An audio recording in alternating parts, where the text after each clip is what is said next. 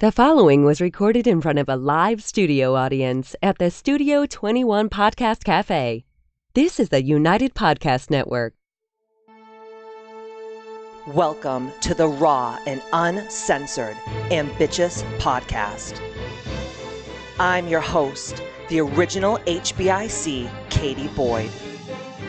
During our time here together, I will be instilling all of the strength, power, and determination you will need to use the very stones thrown at you to build your ultimate empire. We will redefine the word bitch from the derogatory to the acronym, being in total control of herself. So let's adjust our crowns and prepare to live life ambitiously. Oh yeah, here I am, the original HBIC, Katie motherfucking Boyd. Welcome to this installment of the Ambitchious podcast. And today we are going to be talking about, do you have the waiting to start living syndrome? Why and how to rid yourself of it. And on my right-hand side is my backup dancer, the one, the only, Matthew Martin Babine. The man that was lucky enough to marry me. Absolutely. And spend the rest of his life, however long or short that is, with yours truly. Depending on my, what do you call it, my behavior. Yeah, well, when you're well behaved, I wake up we short like of breath you. sometimes with a pillow over my face every now and then. That's every Thursday. But first, I want to talk about our official sponsor to the Ambitchious podcast, Prana Hair, Skin, and Lash in Milford, New Hampshire. Ayana and her staff at Prana are absolutely incredible. And this week, she is offering all of our Ambitchious podcast bitches $100 off a microblading session. That's right, baby. I had my brows microbladed by her recently. Matt gets very, very horny for them. He's a brow man. Not to be confused with a breast man. So to reach out to her, she will change your life, and you can use your $100 discount by going to www.pranahairskinlash.com. And secondly, I ask you to please take part in the Ambitchious movement by sharing this podcast on all of your social media. Hashtag Ambitchious on your Instagram stories. And don't forget to also go over to iTunes and give a 5-star and written review. We will be forever grateful. And you can also follow me and all of my shenanigans on Instagram at Katie Boyd Ambitchious. Thirdly, I am going to read this week's Ambitchious iTunes review. And it is simply the best. Oh, simply Matt loves that. That's my favorite song, Tina Turner. I know. And she's got good legs. And it's from me, 3. I can't say enough good things about this podcast. It's just good, solid content. Funny, smart, thought-provoking, and inspiring. Katie and Matt are simply the best. Thank you for inspiring me to be the best version of myself and pointing me in the right direction of inspiring others to do the same. Love you both. Thank you so much for doing that. And email me so that you can get your $100 gift certificate towards anything KBMSC related. That was really sweet. I like that. That was nice, right? Really nice. Absolutely. Last but not least, because I'm just a long-winded bitch today, I want to remind you of a few things coming down the road. We have our next installment of the Ambitchious Mastermind coming up. Ambitchious, the book will be launching soon for pre-sale, and we'll be doing a full-on book tour. And we're also I'm creating, Matt doesn't really help me with much, but I'm creating what I'm going to be calling the Ambitchious Masterclass. And we are going to take the Ambitchious book, and we are going to have a full day seminar, and we are going to break the entire book down, and it's going to be phenomenal. So all these things are coming up. I have a ton of retreats coming up. So if you're ready to work with me in some capacity, go on over to www.kbmfc, that's Katie Boyd's Misfit Club.com, and sign up for our newsletter. You know, like I always say, if you want to have things you've never had before, you have to do things you've never done before. Yes. And I have so many people on a daily basis that will like email me or Facebook me or Instagram me, and they'll be like, I want to work with you. I want to change my life. I'm ready. And then I get back to them and they just like turn into like ghosts. Because people are afraid, Sometimes right? They're not ready. I know, but I get pissed at that. Takes time. Why? Because that aggravates me. They'll get there. Fucking They'll pussies, get there. man. Or not. Right? Or not. Maybe it's just not their time, right? People's time to come in now, that's for sure. That's right. So I was thinking intently on what we spoke about on our last week's podcast, which was all about your almost plane crash. Yes. We had so much great feedback about that podcast. And I know that the story was insanely crazy. Like people were talking to me like, oh my God, it was so crazy to listen to that. It was gave me chills. And while I totally appreciate the feedback, I also feel like a lot of people listen to that and they just heard about the trauma. Right. And they didn't really understand the message that was behind it. Live your life. Yeah. Now. Not in fear. No, don't wait. Live it now. Yes. So I was doing some research and years and years ago, probably in like the early 2000s, I read a book called A New Earth, and it was by Eckhart Tolle, the little hobbit from Germany who Oprah has like serious feelings for. Loves him. And I love Eckhart Tolle, but when I was younger and I listened to that book, well, I actually read it, physically read the book. When I physically read the book, I was like, okay, I get what this guy's trying to say, but I don't fully understand because it's a hard read. Yes. Especially when you're like in your early 20s and you're like, I just want to get laid. I still have to go back and drink and so party, true. you know? I still have to go back when I'm listening to it and hear it over again. Right. It's deep, but it's so true. And Yes. I'm ready for it now as well. It's so crazy. Yeah. And it's so like you're ready when you're ready, right? Yes. And so I was listening to Oprah's Masterclass podcasts, and they actually take the whole entire book, A New Earth, and they break it down chapter by chapter. And Oprah asks him all these amazing questions. And one of the things that jarred me, because I was listening to it right after we had filmed the podcast about your plane crash, Yes. is the waiting to start living syndrome that Eckhart Tolle speaks so much about in The New Earth. So I just want to read a quote from A New Earth. And this is what it says. The waiting to start living syndrome is one of the most common delusions of the unconscious state. Expansion and positive change on the outer level is much more likely to come into your life if you enjoy what you're doing already, instead of waiting for some change so that you can start enjoying what you do. Isn't that so That's awesome. amazing? You know, and for most of us, as you know, Matt, our entire lives, we live in a constant state of searching for the next high, the next big score, the next dopamine blast, and in turn, our ego is never, ever satisfied. So Right. whether this can be attributed to like societal pressures or some kind of internal conflict, many of us are walking around this earth right now, and we are no strangers to this phenomenon, right? Absolutely. And you probably get like that too. Oh my God. Still, I'll be like, oh, once I get through this meeting, everything will be fine. I'm like, wait a second. I don't want to get through anything. I want to be present in Yes. this meeting, and I have to catch myself, Did you right? spill coffee on your shirt? No. Are you fucking No, kidding it's not me? coffee. This is my special juice. Okay. So first of all, I'm My struggling. special I'm juice. struggling with a little allergy. Is that little Jesus juice? I'm struggling with a little allergy. So if you see me and you watch it on Facebook, You live, sound like the friggin' Listen, nose from listen. Puff the Magic Dragon that's always needs a sniffly sniff. I show up. I'm not just going to try to get through this. You know, it's like I try to be serious right now. I look over you and there's just fucking drool running down your shirt. it's not drool. It's a little coffee. I'm so horny right now. Yeah. I can't wait to just ravage your drooly stained body Listen, after babe, this. babe, you can have it anytime All you right, let's want go back to. to the matter at hand. Sorry about that out there in Ambitchious So land. we're I just talking about- can't. Oh, you're bringing me back. I'm going to bring you back. Okay, go ahead, Yeah. maestro. So we're talking about maestro. So we're talking about trying to get through things, right? Yeah. Like if you have a meeting or something like that, I just want to get through this meeting, and then my life is going to be good. If I could just get through this month.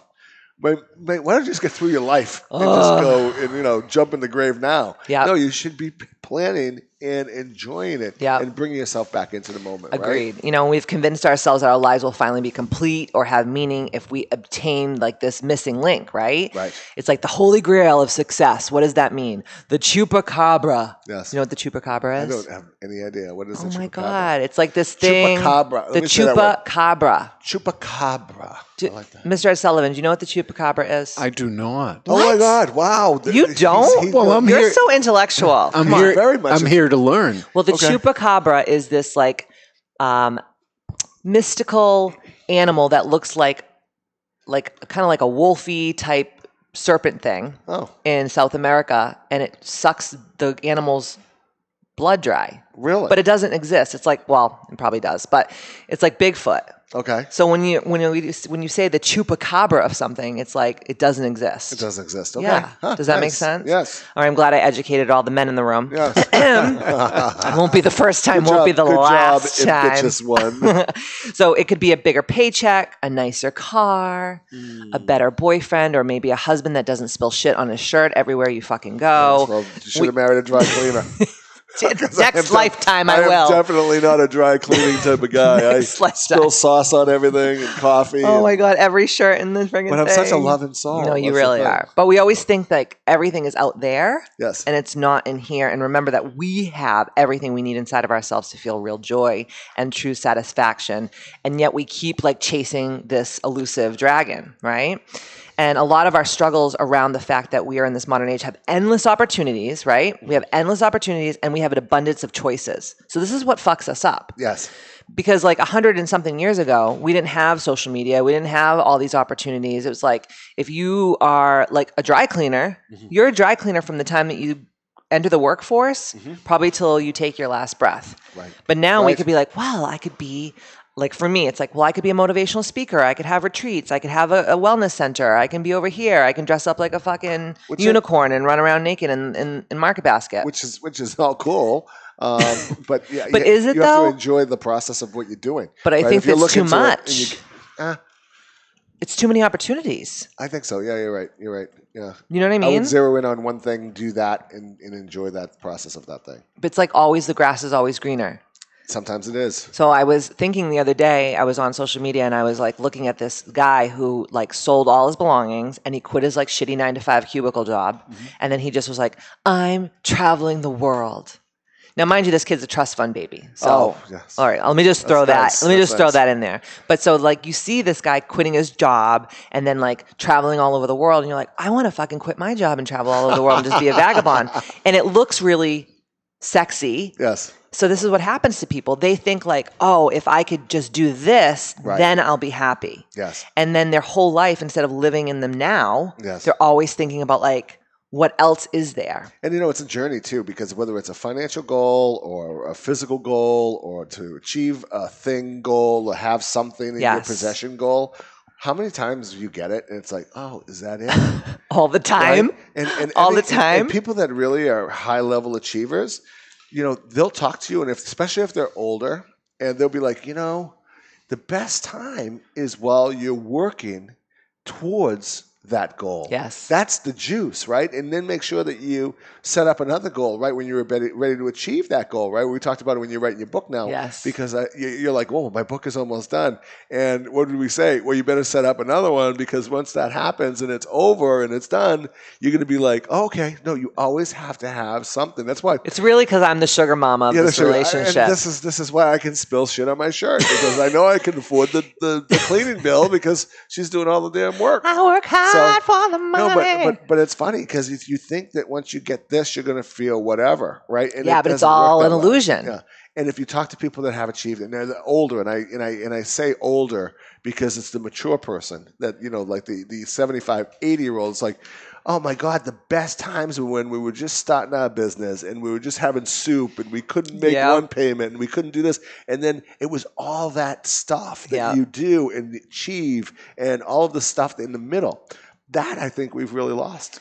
I think we've lost that because everything is instant gratification. Like you just mentioned on Facebook or Instagram, whatever. Right. It's like, oh, I just do this for a little while and then I'm rich. Or I do this in my business and I'm a Fortune 500 company. Yep. No, it doesn't work that way. I wish it did, but it doesn't. And you know something? If it did do that, you would have nothing else to live for, because if it was that quick, what is the enjoyment? What is the process, right? Eckhart Tolle was also saying in his book how if everyone was wealthy and everyone lived in like this big mansion, being wealthy and having all these things would lose their luster. So it would just make everything an even playing field. Yes. And then you'd have to go back to like, who am I without all of these things? Right. And that's what we have to remember, that we are not the things. Right. We are not the successes. We are not the triumphs. We are really like divine essence, I guess. Yeah.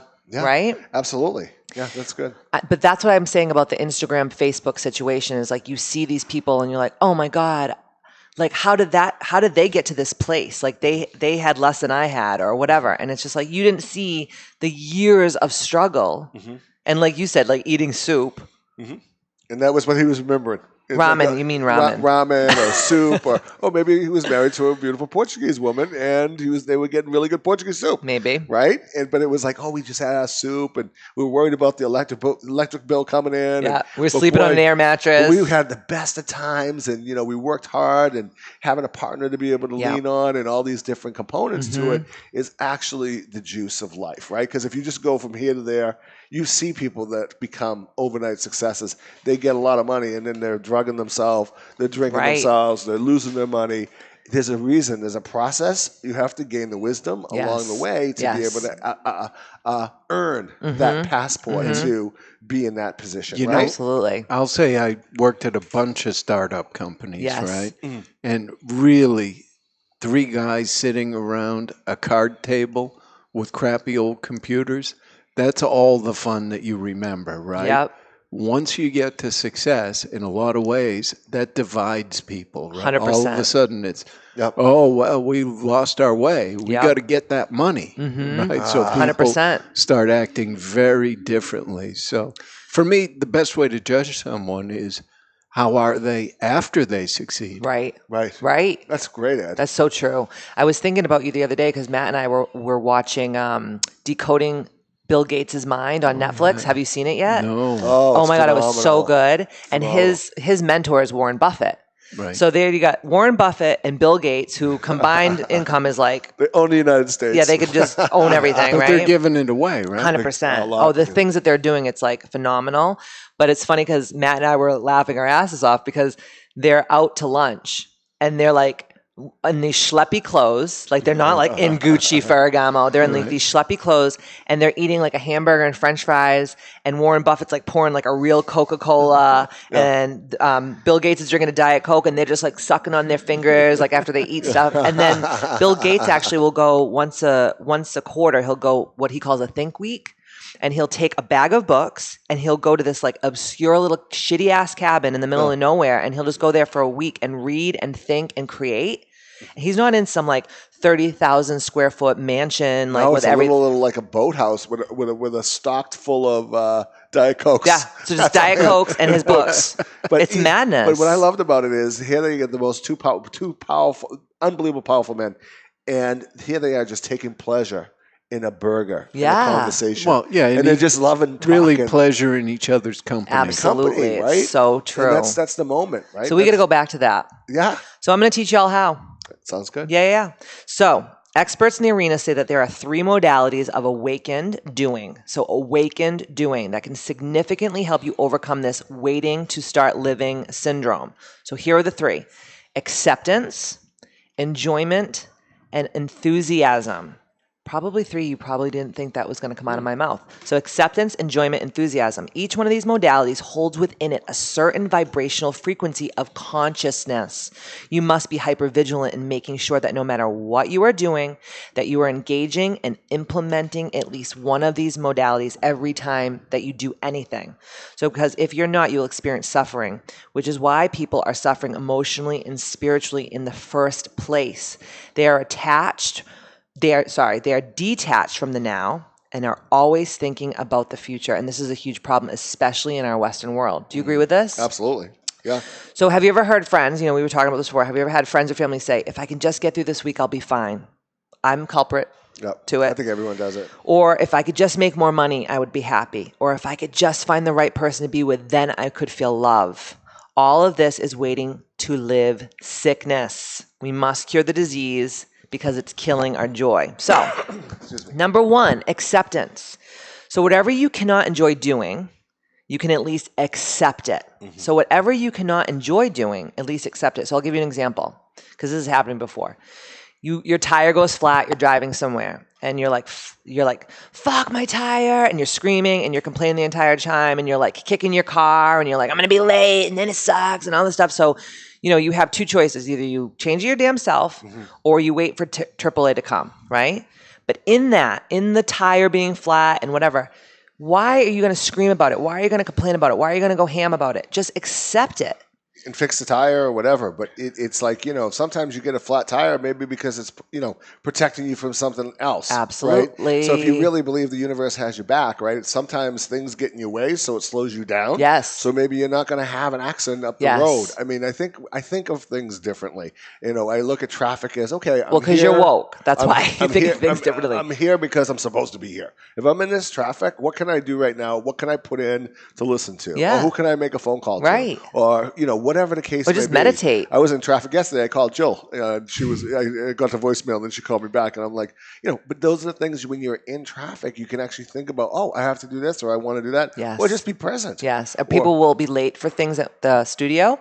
Yes. Like if I have a sound healing, people will walk in late and they'll go, oh my God, I'm so sorry I'm late. And I'm like, dude, don't ever apologize to me for being late, because you don't realize that God probably was watching out for you to like keep you out of an accident or a speeding ticket or something. Yeah. Or you needed that 2 minutes to spend with your kid and change that kid's trajectory. Right. Right. So whatever the case may be, right, it's that butterfly effect of, would I do this, cause and effect. Yes. Right. So yeah, absolutely. And so even my kids accept it. My kids come into karate sometimes late. I go, no, dude, I'm so happy you're here. I don't care if you're late. Right. Get in here and enjoy the class. I know how much traffic is and life is hectic and this, that, the other thing. Yeah. So instead of apologize and say, thank you for waiting for me. Yeah. Instead of saying, I'm sorry I'm late. I'm like, thank you for waiting for me. Thank you for waiting for me. Yeah, right.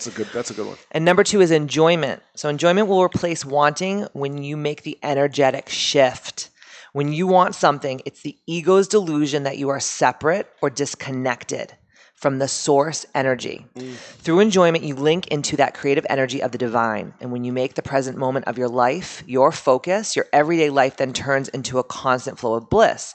So when you do this, you take yourself out of the space of wanting to experience something you deem as meaningful, important, or special.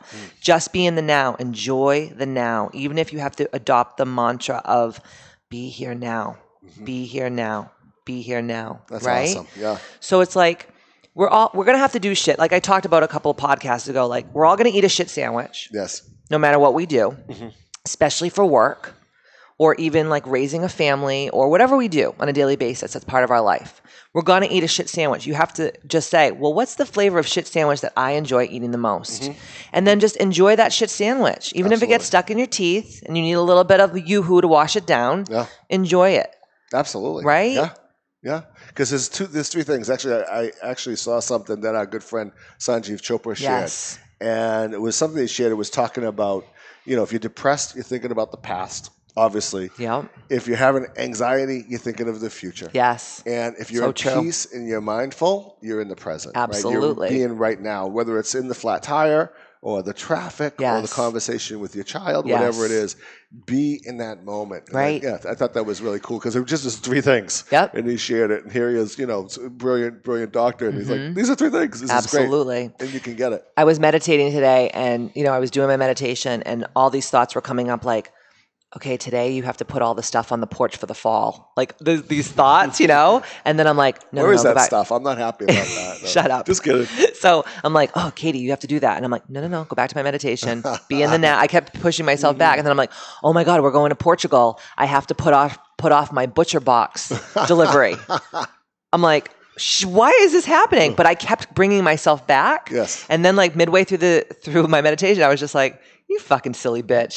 What are you doing? Just go to your damn meditation, right? So we're always like not living in the present moment. We're always thinking of all these different things. Yes. And it's like, just enjoy the moment now. Be like, oh my God, I'm so grateful to be able to sit here and do my meditation. Or I'm so grateful to have this conversation with my friend. Because even when I'm having a conversation, the back of my brain is like running through the tally of all the shit that I have to do. Yes. And I'm like, wait a minute. I'm with this like amazing, loving person, right? Right. Well, you know what freed me from I got all the monkey mind. I just, when I think of things, yes, I put them in my calendar. You sort of decide, okay, is this a now thing? Yes. Or a later thing? 100%. How much later can it be? Put it in the calendar. Yep. And then it's out of my mind. That's right. And I can focus on what I need to do. And I write it. I do kind of what you do, and I write it down. So like if things come in, I go like a little note, And then like sometimes I'll go back like, the next day and read it. It doesn't matter this is half shit. the time. This is so stupid. I don't need to do this. I know, you can get so wound up over things that don't matter. Absolutely. And then, not enjoying anything. And that's why most people are walking around really just depressed and anxiety ridden because they're always thinking of the past or the future. And last but not least, enthusiasm. So the word enthusiasm comes from the Greek word en and the Greek word theos. So en and theos, meaning God. The word enthusiasm means literally to be possessed by the power of God, and being enthusiastic in what you do brings a huge sense of empowerment to yourself. So enthusiasm knows where it's going and has true purpose. And unlike living in the ego, which always feels that there is never enough, and that there's always a lack of something, right? So through enthusiasm, you live in full alignment of creation and purpose. Do you agree with that? 100%. Because when I'm in enthusiasm, I am in the zone, right? Yes. That's the zone. I mean, everything is clicking. I know what I'm doing. I know I'm making a difference. I know I'm in my work, right? Work is so important, to be in that flow. When you're, when you're having fun, be in that fun. If you're having dinner, enjoy that dinner. Yes. And I'm excited. I'm enthusiastic about food. Yeah, we know. We're aware. We're quite aware. I finished with the food one. I just noticed that. I'm like, oh. Matt's hungry. I'm very enthusiastic about that meal. So true. But enthusiasm is huge because I feel like there's I'll give you an example. There's so many things that I'm doing right now in my life that like 2 years ago were like, oh my God, if I could just do that, I would feel so good about myself. I'd feel accomplished and successful. Now I look at the things that I've already achieved and gone like, oh, fuck, I have to do that shit. Oh God, this is such changes, right? You grew, and that's something that's not important to you anymore. But if I'm going to do it, I have to say, you know what? I said I was going to do this thing. I'm going to be enthusiastic about it. So even like when I'm driving to do the thing that maybe doesn't like get me going, I like have to pump myself up because I think that's so important because that's about being alive. Yes. No matter if you like the thing, you don't like the thing, how you feel about it, whatever. Even then, flip the thing and say, hey, something? I set this thing up that I'm doing. Yes. Let me enjoy it the best I possibly can, and let me serve as much as I possibly can. Right. If there's 2 people, there's 10 people, there's 5 people, or whatever, it's all on purpose. Because you never know who you're touching. Yeah, exactly. Right? And it may be something that somebody else needs. Absolutely. At that time that you were enthusiastic about, but now it's not so great. Yeah. Right? Yeah. I feel very enthusiastic. Words of wisdom, Matt, babe. God help us all. So I hope that helped you guys. For all of you out there that have the failure to start living now syndrome. Live now. You don't want a plane crash to take it away. No. Remember that last podcast? Jesus Christ, you're giving me heebie-jeebies. I'm only kidding. Matt, I'm getting on a plane soon. All right. No, we plane every week. Yeah. Come plane. All right. Thank you, all of you out there in Ambitchious land, for being crusaders to this ambitious movement. And like I always say, see you next Tuesday. Woo!